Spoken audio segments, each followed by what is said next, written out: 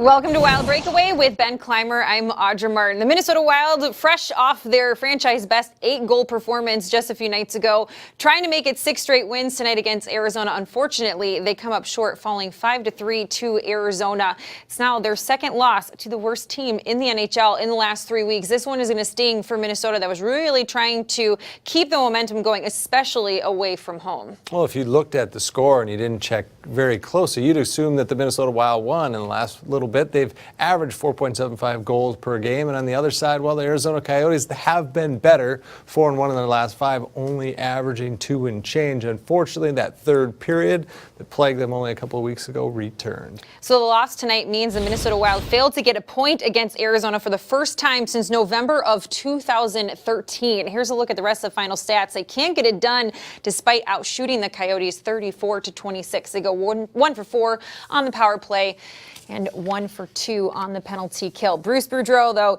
not thrilled about his team's effort taking on a team that finds themselves way out of playoff contention. Our sense of urgency wasn't there, and that's unfortunate because we're in a battle. Just because we've won a couple games in a row doesn't mean anything. St. Louis lost 7 in a row, and they're right back in it with 1 win. So we got to understand that.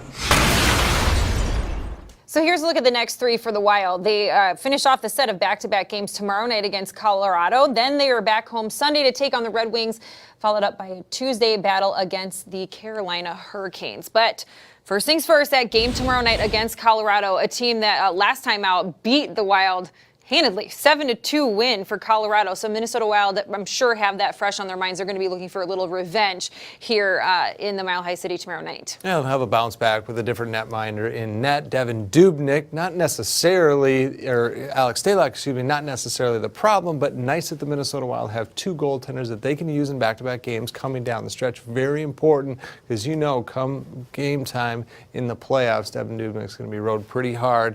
He will be the netminder night in, night out. We'll see if the Wild can quickly forget about this one tonight and come back with 2 points against a Central Division foe tomorrow night. We look forward to seeing you then. In the meantime, for Ben Clymer, I'm Audra Martin. Thanks for joining us on Wild Breakaway.